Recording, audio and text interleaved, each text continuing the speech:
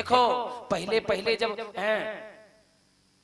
पहले जब ससुराल के जाए भैया विदा करावे हैं, कौनो भैया नई नई शादी भई होए और जब ससुराल पहली बार विदा करावे जाए और उधर से विदा कराए ले मोटरसाइकिल बैठारे ले आवत होए, फिर देखो मजा। बड़ी मस्तानी चाल चलत है, बड़ी मस्तानी चाल। अगर वैसे से कोई निकल पड़े तो धरे एक्सीलेटर पे हाथ मार पकड़े कह दे, कोई जाने कि हाँ दुल्हन बैठा रे है ना, कोई जाने कि हाँ दुल्हन बैठा रे है, बड़ी शान से जाती। राजा अब जब रानी रथ में बैठे तो ना ही लड़ा तो लड़त चल पड़े। स्वामी जी बन की क्या कि चलन लगे दशरथ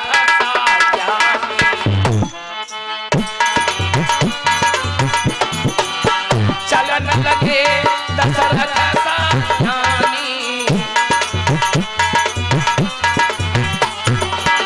चलन लगे दशरथ साजानी संग में भई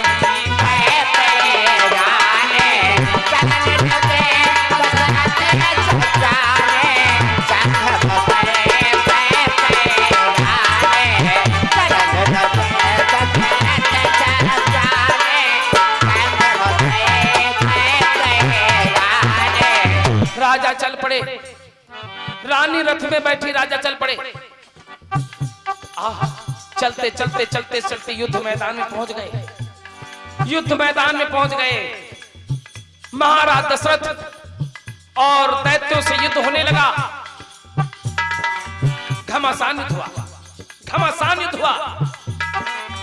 आई सो घोर भयो संग्रामा,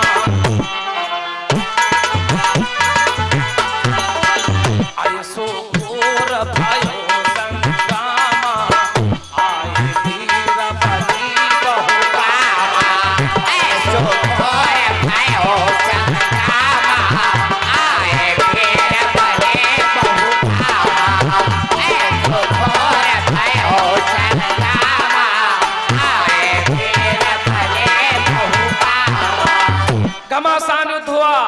दशरथ और दैत्यों के बीच में। ऐसो घोर भयो संग्रामा, आए वीर बलि बहुकामा।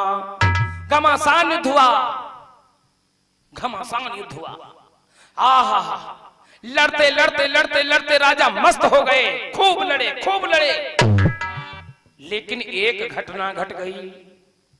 कौन सी घटना घट गई? कौन सी घटना घटी? रथ का धुरा टूटी जब गए, रथ का धुरा टूटे जब गए हो, रथ का धुरा टूटे जब गए हो। अरे रथ का धुरा टूटी जब गए हो, रथ का धुरा टूटी जब गए हो, तब दशरथ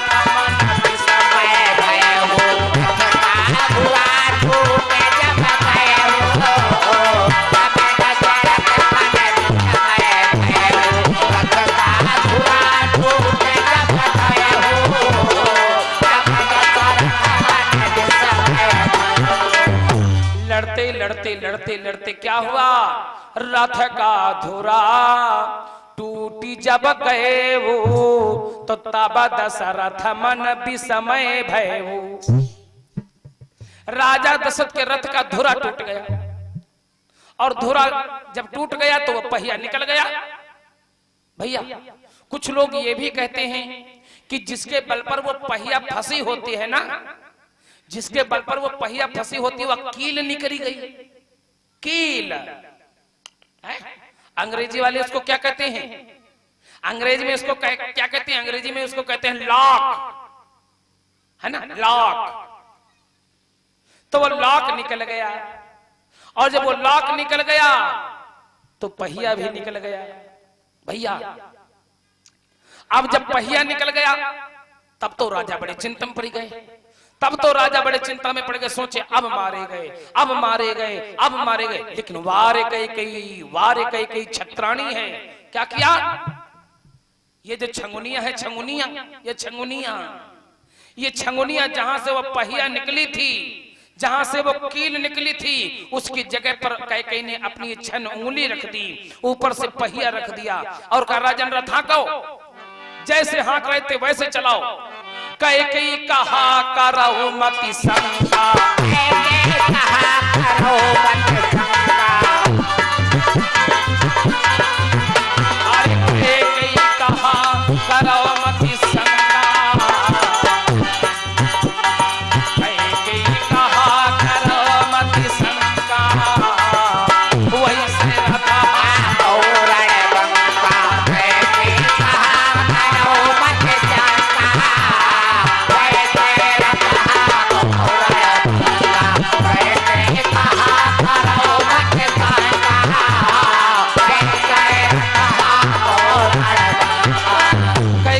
राजन घबराना मत, जैसे रथ चला रहे थे वैसे चलाओ। कैकेयी ने वो अपनी छंगुनिया उस कील की जगह पर छंगुनिया रख दी, ऊपर से पहिया फंसा दिया और राजा के से कहा राजन रथ हाँको। एक बात यहां पर आपको समझना है, आप लोग यही करेंगे कि पंडित जी तुम कथा सुना रहे हो कि हमें बवाल बता रहे हो, हैं? अरे कैकेयी ने जहां से वो कील निकली थी उसकी जगह पर अपनी उंगली फंसा दी, ऊपर से पहिया रख दिया। बताओ, अंगुरी फंसी होए और पहिया रखा हो, रथ चलत हो सन सन सन सन सन सन सन सन, तो का अंगुरी नहीं जाई है भैया? वह अंगुरी कट के तो अलग गिर जाई है, लेकिन कैकेयी की उंगली नहीं कटी। कैकेयी की उंगली नहीं कटी। क्यों? क्यों नहीं कटी पता है आपको? आओ थोड़ा सा बता दे भाव।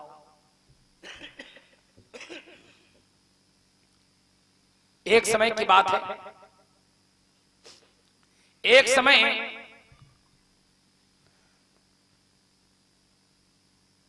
आपने सुना होगा, कैकेयी के बचपन की बात है। मैं कैकेयी के बिल्कुल बचपन की बात कर रहा हूं, जब शादी नहीं हुई थी, बिल्कुल छोटी ही थी, कन्या ही थी, उस समय की बात है। एक दिन महामुनि दुर्वासा ऋषि महाराज अशुपति के घर आए, और जब राजा अशुपति के घर दुर्वासा ऋषि आए तो अशुपति ने दुर्वासा ऋषि का बहुत मान सम्मान किया, बहुत मान सम्मान किया, प्रणाम किया, चरण धोया, चरणामृत लिया, भोजन करा दिया, और भोजन कराने के बाद में आसन लगा दिया। जब आसन लगा दिया तो दुर्वासा ऋषि जब भोजन कर चुके तो दुर्वासा ऋषि आसन पर लेट गए, और जब दुर्वासा ऋषि लेट गए तो राजा अशुपति दुर्वासा ऋषि के चरण दाबने लगे। आहा, दुर्वासा ऋषि के चरण दाबने लगे। संतों का दर्शन हो जाए, संतों का दर्शन हो जाए, पापों से मुक्ति मिल जाती है, पापों से मुक्ति मिल जाती है। सुना होगा आपने, हो संतन की रहना, अरे हो संतन की रहना रे मनवा, हो संतन की रहना रे मनवा, हो संतन की रहना रे मनवा, हो संतन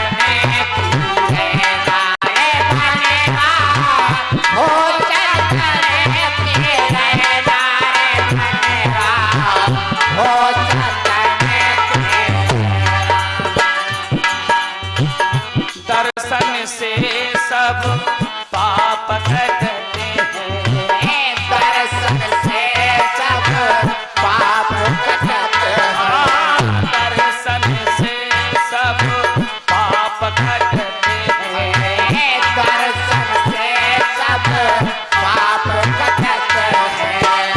पाओगे सुख चैना,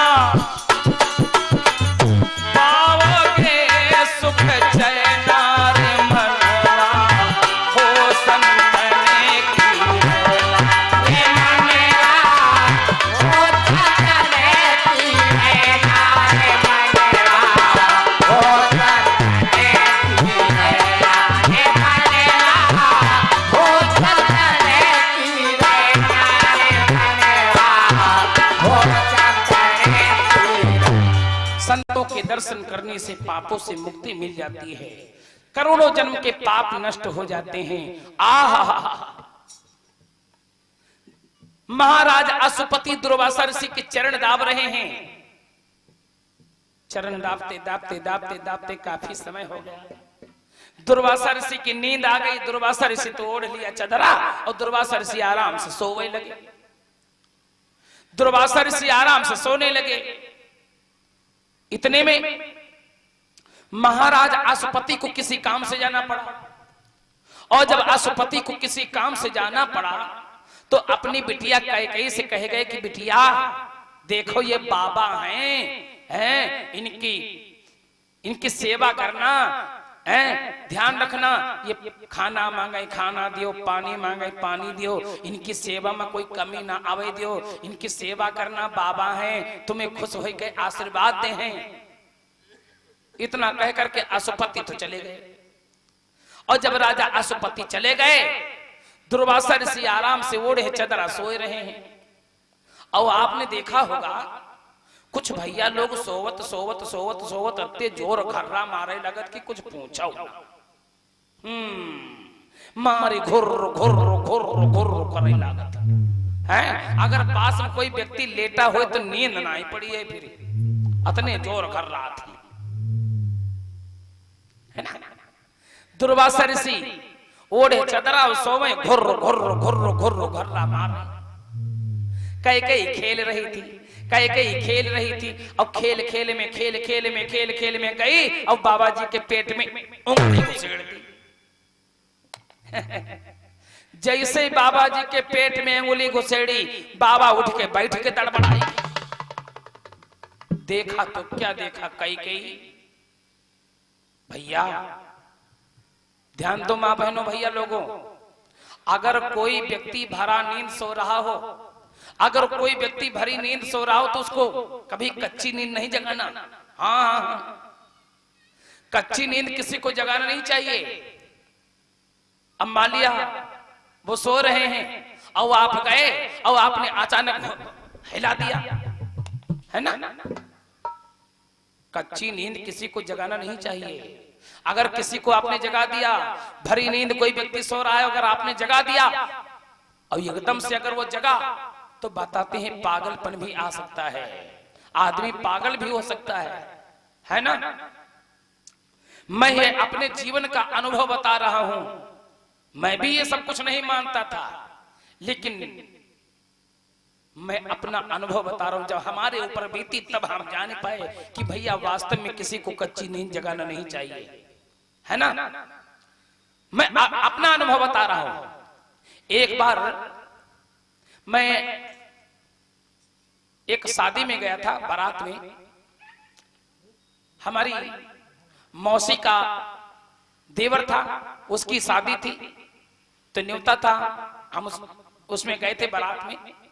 तो जिसके साथ में हम बारात गए तो उसने कहा भाई देखो भैया हमारे साथ चली तो रहे हो, लेकिन चली अगर हमारे साथ रहे हो तो यो फिर हमारे साथ यो ना कि तुम कोई दूसरा आवे लाके वह करी गाड़ी बैठ ले चले जाओ। हमने कहा नहीं भैया, जब तुम हमका लेके चली आओ तो हम तुम्हारे साथ ही बुक रहे हैं, ऐसी कोई बात थोड़ी नहीं। तो वो लेके गए बारात में। तो अब जिनकी लड़की की बारात, जिनकी बिटिया की शादी थी, वो लोग हमें जानते थे। तो तुरंत घर बुलाए ले गए, कहे चलो महाराज जी घर का चलो, गुरु जी घर का चलो। तो हम घर गए, वहीं पर सब भोजन वोजन हुआ और फिर अंदर बढ़िया कमरे में बिस्तर बिछाए दिन और कहें गुरु जी अब ही तुम लेटो आराम से, दिक्कत ना लो कोई, लेटो आराम से। बढ़िया कूलर चले, गर्मी का महीना, और हम वह कमरे के अंदर बढ़िया आराम से लेट गए। हम हो गए सोए, खूब सोए खूब सोए खूब सोए। और जब 4 बजा बरतिया नाच नौटंकी देखा किन हुआ बारात में, और हम यहाँ सोवा किन। और जब पछिलहर के 4 बजे, सवेरे के 4 बजे भैया, तो एक लड़का हुआ भेजन, कहीं जाओ भैया को बुला लो। अब वो भैया लड़कवा आवा और हमका ना जगह से न कुछ, यू ना कैसे कि अर्जुन भैया उठाओ ना, वो जगह से नहीं पकड़ के इतना और पकड़ के जमीन में खड़े कर दी। और जैसे जमीन में खड़ा केसु हमका, तो हमका का लगे थोड़ी देर बाद वह जमीन जो है इतना हो गई ना, पूरी जमीन नाच गई भैया, पूरी धरती नाच गई। हमारे बड़ी गुस्सा आई, उठाए के हाथ जब मारे चलन कसी कहे तो बोला भैया का हमका जाने नहीं। तब वो अपन नाव बताए कि हम फलाने, हम कहने यार भैया बहुत बड़ी गलती कर दी हो तुम इस समय। अरे कम से कम बता दे होती कि हम तुम्हारे साथी हैं या तुम्हारे भाई हैं, तब हम चलो कोई बात नहीं। और फिर आपने हमें अचानक से जगा दिया है। अब है कोई और होता तो हाथ ऊपर हिल जाते। तो हमारे कहने का मतलब यह है कि कच्ची नींद किसी को जगाना नहीं चाहिए। यूं ना भरी नींद सोए रहा हो तुम, जाओ एकदम से उठाए को बैठा दे जाए। हाँ, इससे पागलपन आ सकता है भैया। दुर्वासा ऋषि सो रहे हैं और कई गई जाते खेल में दुर्वासा ऋषि के पेट में उंगली घुसेड़ दी। और जैसे उंगली घुसेड़ी दुर्वासा ऋषि उठ के बैठ के तड़बड़ाए के देखा का कई क्रोध आ गया, श्राप दे दिया। ए दुष्ट कहीं की, तूने मेरी निंद्रा भंग कर दी। जा, मैं तुझे तेरा हाथ वज्र का हो जाए। कई बोली बड़े ढोंगी बाबा, तुम्हारे जैसे ही रंगीन कपड़ा वाले ने यहाँ को बुलावा रहा है। दुर्वासा ऋषि बोले अच्छा तू मेरे कपड़ों की निंदा कर रही, क्या किया? उतारा कपड़ा कई के आगे फेंक दिया। ले ये मैं कपड़ा तुझे दे रहा हूं और मेरा दूसरा श्राप है कि इन्हीं कपड़ों को तेरी संतान धारण करेगी, इन्हीं कपड़ों को तेरी संतान धारण करेगी। लेकिन एक बात का ध्यान रखना, जब तक ये कपड़ा तेरे पास रहेंगे तब तक तो तेरा सुहाग रहेगा, और जिस दिन ये कपड़ा तेरे पास से हट गए समझ लेना तेरा सुहाग भी मिट जाएगा। इतना कठोर श्राप दे दिया, इतना कठोर श्राप दे दिया। इतने में महाराज अश्वपति आ गए। अश्वपति को जब ये मालूम हुआ कि बिटिया को श्राप मिला है, अश्वपति दुर्वासा ऋषि के चरणों पर गिर पड़े। महाराज क्षमा करो, महाराज क्षमा करो, ये कन्या है, आपने इसको श्राप दे दिया, इसके साथ में शादी कौन करेगा? महाराज क्षमा करो, इसे क्षमा करो। दुर्वासा ऋषि को दया आ गई, दुर्वासा ऋषि को दया आ गई। बोले राजन अब जो मैंने श्राप दिया है वो तो अमिट है, श्राप तो भोगना ही पड़ेगा। लेकिन जाओ राजन, इस श्राप को हम वरदान में परिवर्तित कर रहे हैं, इस श्राप को हम वरदान में परिवर्तित कर रहे हैं। देखो वैसे कई जब चाहेगी तब इसका हाथ वज्र का हो जाएगा, वैसे जैसे है वैसे रहिए, लेकिन जब ये चाहेगी तब इसका हाथ वज्र का हो जाएगा। और रही इन कपड़ों की बात, तो अगर कई चाहे तो ये कपड़ा किसी दूसरे को पहना सकती है। अगर कई चाहे तो ये कपड़ा किसी दूसरे को पहना सकती है, लेकिन इन कपड़ों का प्रभाव नहीं मिटेगा। जब तक ये कपड़ा इसके पास रहेंगे तब तक तो इसका सुहाग रहेगा, और जिस दिन ये कपड़ा इसके पास से हट जाएंगे इसका सुहाग भी मिट जाएगा। आज जब उस युद्ध स्थल में वो रथ का पहिया निकल गया, कैकेयी ने अपनी छुंगनियां जहां से वो कील निकली थी उसके जगह पर अपनी छुंगनियां फंसा दी, ऊपर से पहिया रख दिया और दुर्वासा ऋषि के श्राप को याद किया। हाथ वज्र का हो गया, हाथ वज्र का हो गया। राजा से बोली राजन घबराओ मत, वैसे रथ चलाओ जैसे चला रहे थे। कैकेयी कहा करो मत शंका,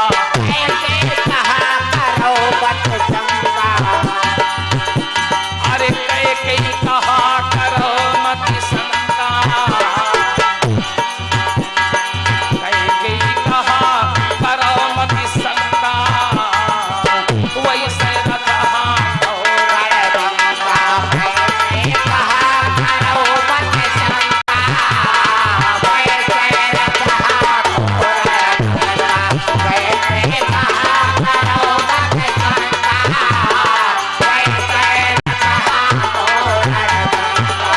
वैसे रथ हाथ जैसे चला रहे थे। रथ चलने लगा, ए भैया घमासान हुआ। ऐसो घोर भयो संतावा है ऐसो घोर भयो संग्राम ऐसो घोर भयो संग्राम ऐसो घोर भयो संग्राम ऐसो घोर भयो संग्राम आए आए वीर बलि बहु काम आए वीर भले बहु काम आए वीर भले बहु काम घमासान युद्ध हुआ, घमासान युद्ध हुआ भैया। लड़ते लड़ते लड़ते लड़ते लड़ते लड़ते राजा इतना मस्त हो गए, इतना मस्त हो गए कि उनका यह ना ध्यान रहा कि हमरे रथ में औरों कोई बैठे कि नहीं बैठे। हाँ, इतना मस्त हो गए कि उनको यही नहीं ध्यान रहा कि हमारे रथ में औरों कोई है।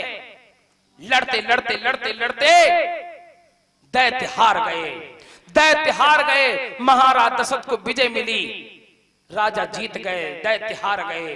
लड़ते लड़ते युद्ध मैदान के बाहर निकल गए, और जब युद्ध मैदान के बाहर निकल गए तो मन में सोचा लो पीछे मुड़ के देख ली कोई आवत तो नहीं है, तक न जाने पे कोई धाए थे मार दे। तो जैसे पीछे मुड़ के देखा तो देखा का रानी कैकेयी रथ में बैठी हैं और रानी के माथे पर पसीना चल चल चल चल चल गई। रण से निकरी गयो बाल धामा रण से निकले गयो बाल धामा रण से निकले गयो बाल धामा रण से निकरी गयो बाल धामा रण से निकले गयो बाल रण से निकरी गयो बाल धामा वो पसीना जो पसीना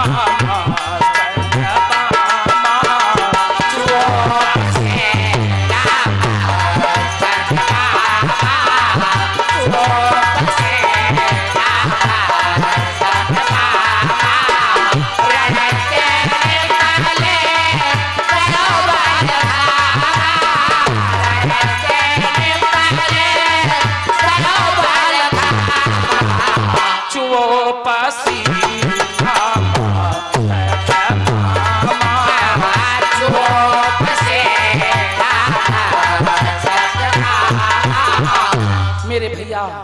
जैसे ही राजा ने पीछे मुड़कर देखा तो कैकेयी रथ में बैठी है और कैकेयी के माथे पर पसीना। राजा पूछने लगे रानी, रानी का डराए गई का है? अरे लड़ी थी हम है, तुम तो खाली रथ में बैठी हो। लड़ी थी हमें, तुम तो खाली रथ में बैठी हो हैं? और रथ सन सन सन सन सन सन सन सन चलत है तो तुम्हारे तो हवा तो लगता ही हुई है, और फिर ये तुम्हारे माथे पर पसीना कैसे? रानी बोली राजन तुम्हारी बुद्धि खराब हो गई है। सारा हाल बताया कैकेयी ने। तब कैकेयी आस बचन सुनाई, तब कैकेयी आस बचन सुनाई, मैं पकड़े धुरा यहाँ तक आए। तब कैकेयी सब बचन सुनाए, पकड़े धुरा यहाँ तक आए। मांगू न बोलन लागे,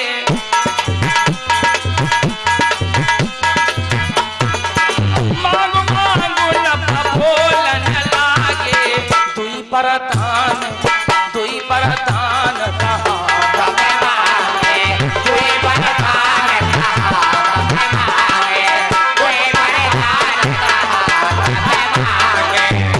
मांग ले कैकेयी मांग ले, जो तू मांगना चाहती है सो मांग ले, जो मांगेगी सो पाएगी। कैकेयी ने कहा राजन दो वरदान हमारे आपके पास में उधार हैं, दो वरदान हमारे आपके पास में उधार हैं, जब मैं चाहूंगी तब मांग लूंगी। यही वो दो वरदान थे जो कैकेयी ने मांगे थे। अच्छा एक बात और है भैया, एक बात और है। कुछ लोग ये पूछने लगते हैं कि गुरुजी एक बात बताओ, क्या? कहा कि कैकेयी ने राम जी को 14 वर्ष का वनवास खुद मांगा था या फिर कैकेयी से मंगवाया गया था? ये प्रश्न लोग करते हैं कि कैकेयी ने राम जी को 14 वर्ष का वनवास खुद मांगा था या फिर कैकेयी से मंगवाया गया था। तो एक बात बता दे भैया, कैकेयी राम को वन भेज ही नहीं सकती। कैकेयी राम को वन भेज ही नहीं सकती। क्यों? क्योंकि कैकेयी राम से इतना प्रेम करती है, इतना प्रेम करती, कुछ कहने को नहीं। जितना ज्यादा कैकेयी अपने बेटा भरत को चाहती है, उससे ज्यादा कैकेयी राम को चाहती है। फिर कैकेयी राम को वन कैसे भेज सकती है भैया? इसमें कुछ देवताओं की भी चाल है और कुछ भगवान की माया भी है। कुछ देवताओं की चाल है और कुछ भगवान की माया भी है। कैसे? आओ थोड़ा सा बता दें, संक्षेप में बता दें, केवल समझ लो। आपको पता होगा जिस समय अयोध्या में राम जी का जन्म हुआ, जब जन्म हुआ तो तमाम खुशियां मनाई गई। जन्म के बाद में भगवान ने कुछ दिन तक बाल लीला की, है ना? और बाल लीला होने के बाद फिर गुरु जी के आश्रम पर पढ़ने गए और पढ़ के जब वापस आए तो गुरु विश्वामित्र जी के यज्ञ की रक्षा में चले गए। वहीं पर भगवान का विवाह हुआ। विवाह होके अयोध्या वापस आए। कुछ दिन भगवान अयोध्या में रुके। तब देवताओं ने सोचा कि दादा रे दादा, ये तो अब वही अयोध्या में है और जिस कार्य के लिए इनका अवतार हुआ है वो कार्य भी नहीं हो पाएगा। ये तो अयोध्या में हम अपन कौतुक दिखावत रही हैं, चरित्र दिखावत रही हैं। और अगर ये पृथ्वी का भार कम न हुआ तो फिर, अगर ये पृथ्वी का भार हरण न हुआ तो फिर क्या होगा? इसलिए कुछ उपाय किया जाए। तो क्या हुआ आप सभी जानते हैं। देवताओं ने अपने यहाँ एक मीटिंग की।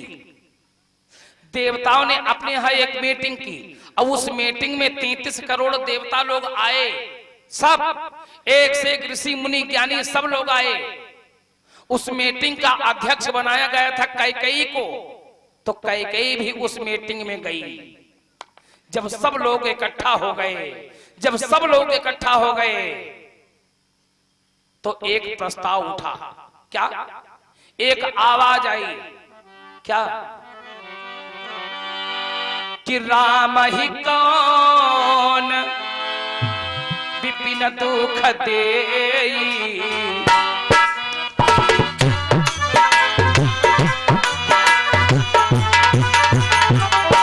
राम ही कौन विपिन दुख देई, अपयस भार शीस खोले,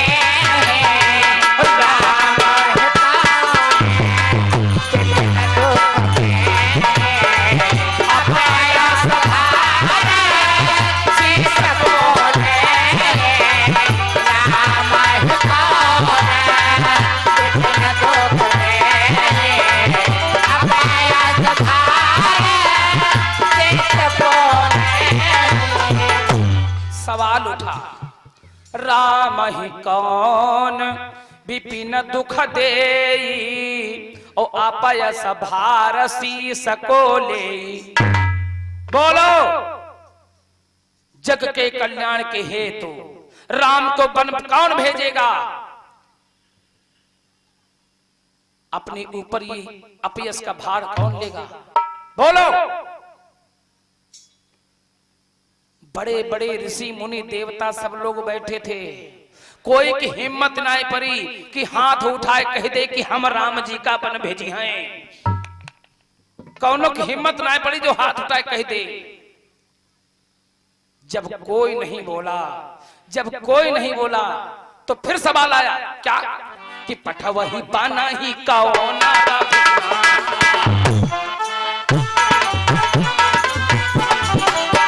पठा वही बना ही कौन रघुनाथा पहले उठी कैकेयी माता वही बना है कौन रघुनाथा पहले उठे कैकेयी माता वही बना है कौन रघुनाथा पहले उठे कैकेयी माता। जब दोबारा सवाल उठा पठवही बनई कौन रघुनाथा तो पहले उठी कैकेयी माता।